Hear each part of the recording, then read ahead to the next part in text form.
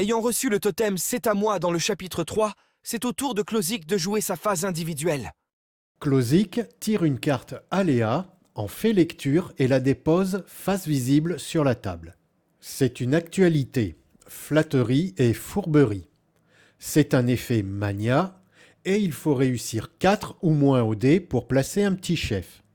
Contrairement à un effet global géré par le superviseur, l'effet mania concerne chaque mania individuellement, et ce dans l'ordre du tour de jeu, c'est-à-dire que celui qui possède le sceau numéro 1 commence en premier.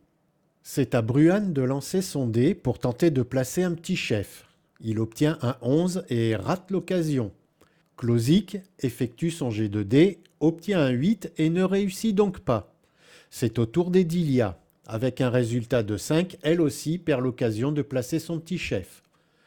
Une fois résolue, la carte aléa est défaussée. Klosik passe à l'étape numéro 2.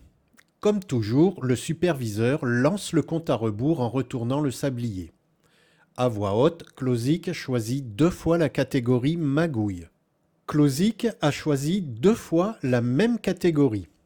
N'ayant pas choisi la catégorie gestion, il passe directement à l'étape numéro 4 et peut donc utiliser 2 actions disponibles dans cette catégorie.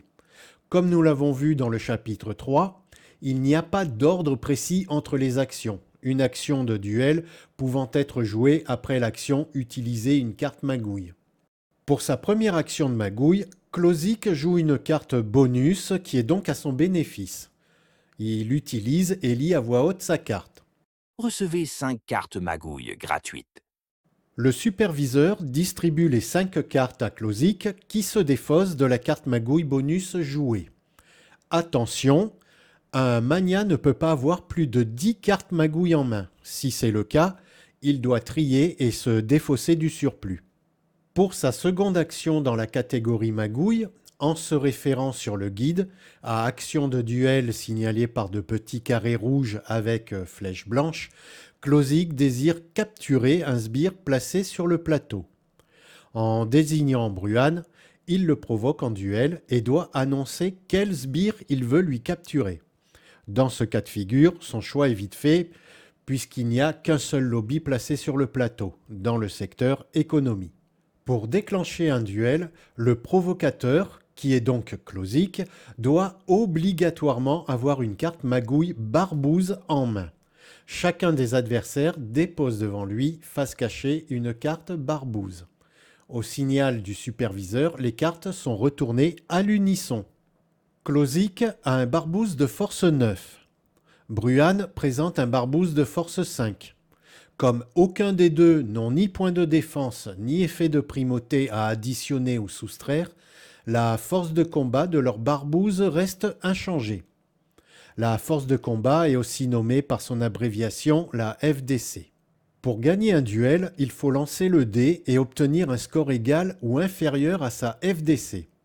Dans ce cas de figure, Klosik doit faire 9 ou moins au dé pour gagner le duel, tandis que Bruhan doit obtenir un score de 5 ou moins. Si la FDC d'un adversaire est plus forte que l'autre, c'est un duel au premier sang.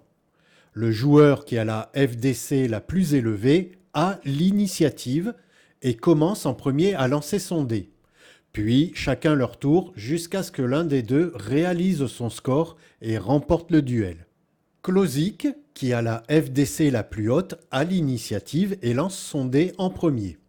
Il fait un 10 et rate son coup. Avec un 6, Bruhan est lui aussi supérieur à sa FDC et échoue également. Klosik relance le dé, fait un 11 et rate une deuxième fois. Bruhan obtient un 5 et gagne le duel qui se termine. En remportant le duel, Bruhan a réussi à se défendre. Son lobby reste en place sur le plateau. Après chaque duel, les cartes barbouzes utilisées sont mises à la défausse.